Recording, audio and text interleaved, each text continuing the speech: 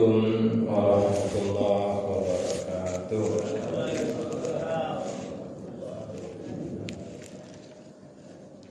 A'udzubillahi minasyaitonir rajim. Bismillahirrahmanirrahim. Alhamdulillahirabbil alamin. Asyhadu an la ilaha illallah. Asyhadu anna Muhammadan abduhu wa rasuluhu la nabiyya ba'da. Allahumma shalli ala sayyidina Muhammad wa ala ali sayyidina Muhammad. Ibadallah, ittaqullah, ittaqullaha wa tuqatih, wa la tamutunna illa wa antum muslimun. Faqala ta'ala fi kitabil karim, a'udzu billahi minasyaitonir rajim. Bismillahirrahmanirrahim. Wa may yakhshallaha wa rasulahu. Dan barang siapa yang mendurhakai Allah dan Rasulnya, wa yata'adda hududahu yudkhilun nara khalidina fiha, dan dia melanggar batas-batas ketentuan-ketentuan Allah, maka Allah akan memasukkan dia ke dalam neraka khalidan fiha, kekal di dalamnya, walahu azabun muhin, dan baginya azab yang menghinakan. Al-Quran Surah An-Nisa ayat yang ke-14. Bapak-bapak, ibu serta anak soleh dan solehah yang kami banggakan, alhamdulillah bersyukur kita kepada Allah kembali dengan izin dan rahmat Allah kita mampu hadir di masjid ini. Tentu Bapak Ibu, kita selalu berharap, berdoa kepada Allah, ibadah apapun yang kita kerjakan benar-benar berbuah takwa, karena memang itulah tujuan ibadah ini, la'allakum tattaqun, agar kamu bertakwa. Kemudian Bapak Ibu, kita berharap, berdoa kepada Allah, hidayah Allah selalu menyertai hidup kita sampai kita tinggalkan dunia ini. Amin ya Allah ya Rabbal alamin. Bapak, ibu serta anak soleh dan solehah penduduk surga yang masih berada di dunia yang kami banggakan.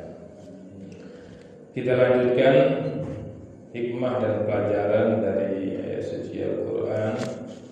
Sekarang kita masuk surat An-Nisa ayat 14. Sudah kita bacakan artinya.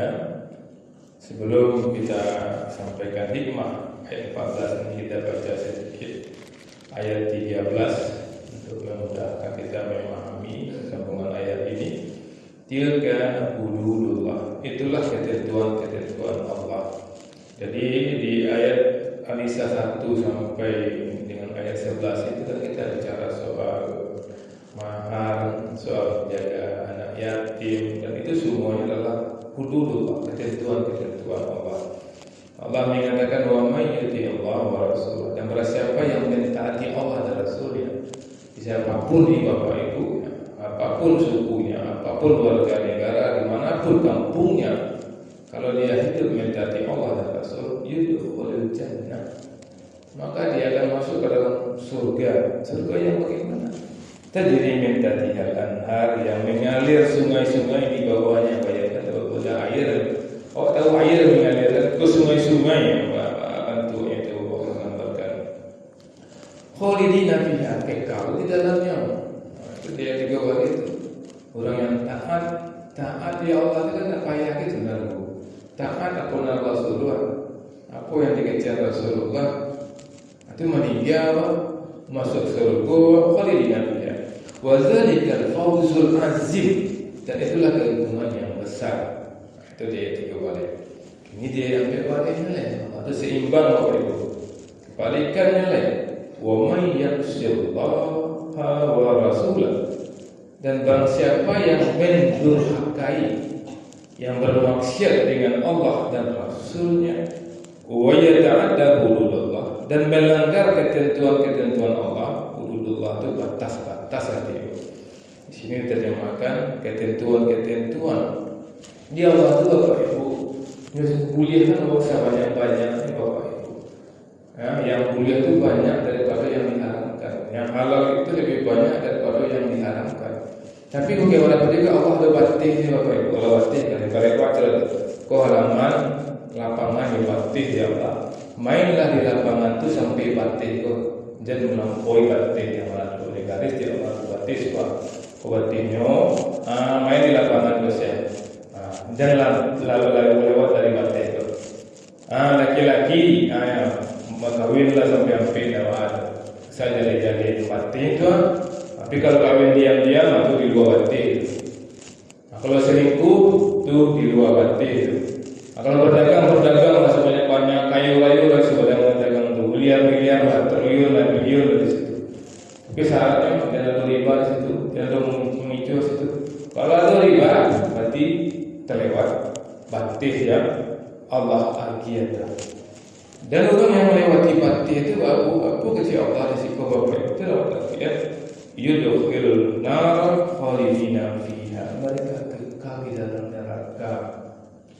Coba pikir Bapak Ibu, maka Rasulullah mengatakan orang yang cerdas itu orang yang ingin mati dan mempersiapkan dirinya untuk mati. Artinya apa itu Bapak Ibu? Orang cerdas itu yang ingin neraka itu menyiapkan dirinya untuk tidak masuk neraka. Orang cerdas itu ingin surga, menyiapkan dirinya untuk masuk surga. Jika bisa Bapak Ibu ayat itu cukup ilmu hentian perbuatan awak yang mengarahkan awak akan neraka Bapak Ibu. Harus mempersiapkan diri pada hari ini. Neraka itu ada Bapak Ibu, sebenarnya ada. Nah, kalau misalnya dalam mengejar tak percaya di neraka Bapak Ibu, ini nanti tidak percaya di neraka. Kalau dia tidak percaya di neraka itu sembarang saja kalau dia Bapak Ibu. Kalau orang yang kerja sembarang sih yang kerja mana kan yang mana dia tu nak ada halal haram ada Bapak Ibu yang ambil lewat di muka orang nampak yang orang ambil.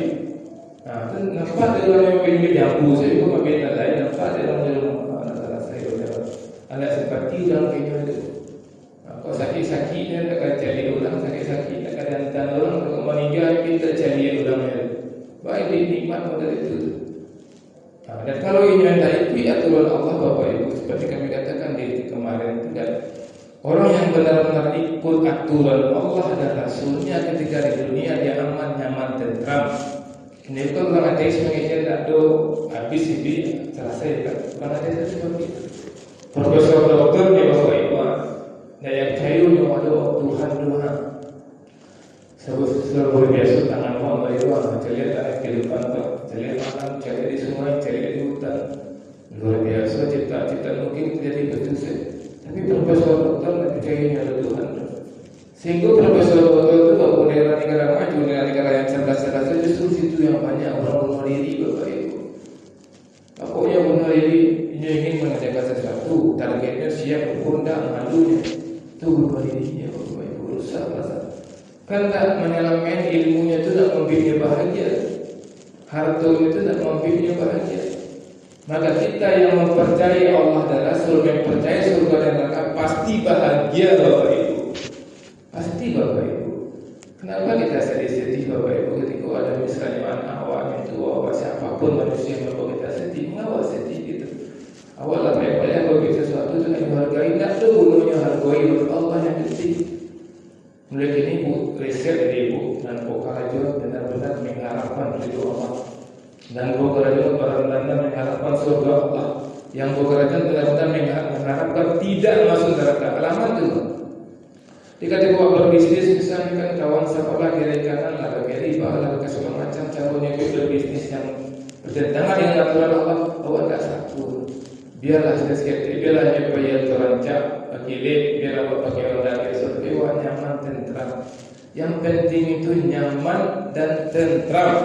Kemudian Allah mengincar Bapak Ibu, walahu azabun muhin, baginya azab yang menghinakan. Kan banyak azab yang pedih. Kalau orang munafik itu azab yang pedih. Kalau orang munafik itu memang pedih. Nah kalau itu aku ya kawan-kawan aku tidak. Allah kecil orang munafik itu azab yang pedih Bapak Ibu. Pedih itu ada.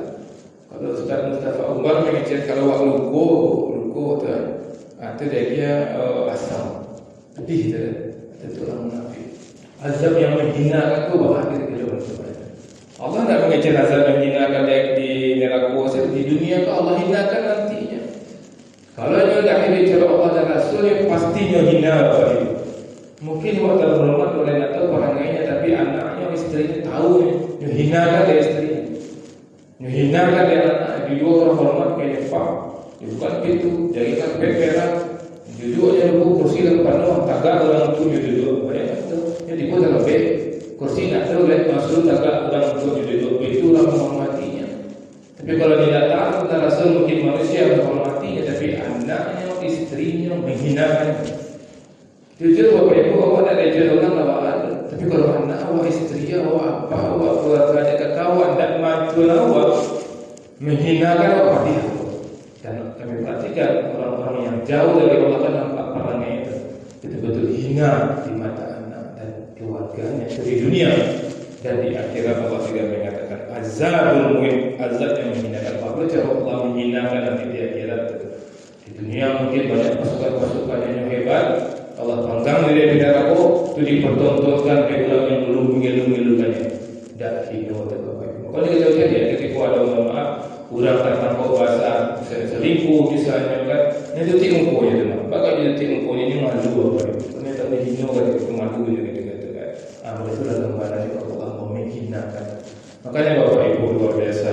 Hadisa 13, 14 ini bertekad Bapak Ibu, jangan sampai apa yang kami sampaikan ini menyentakan kita ketika mendengarkan kemudian diboleh lupa. Karena dalam beliau hamba penduduk surga yang masih berada di dunia, hamba penduduk surga, hamba penduduk surga, tak ampun banyak-banyak apa.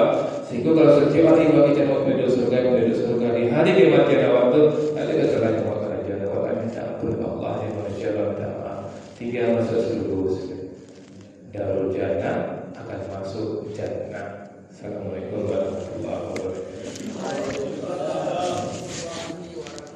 Alhamdulillah.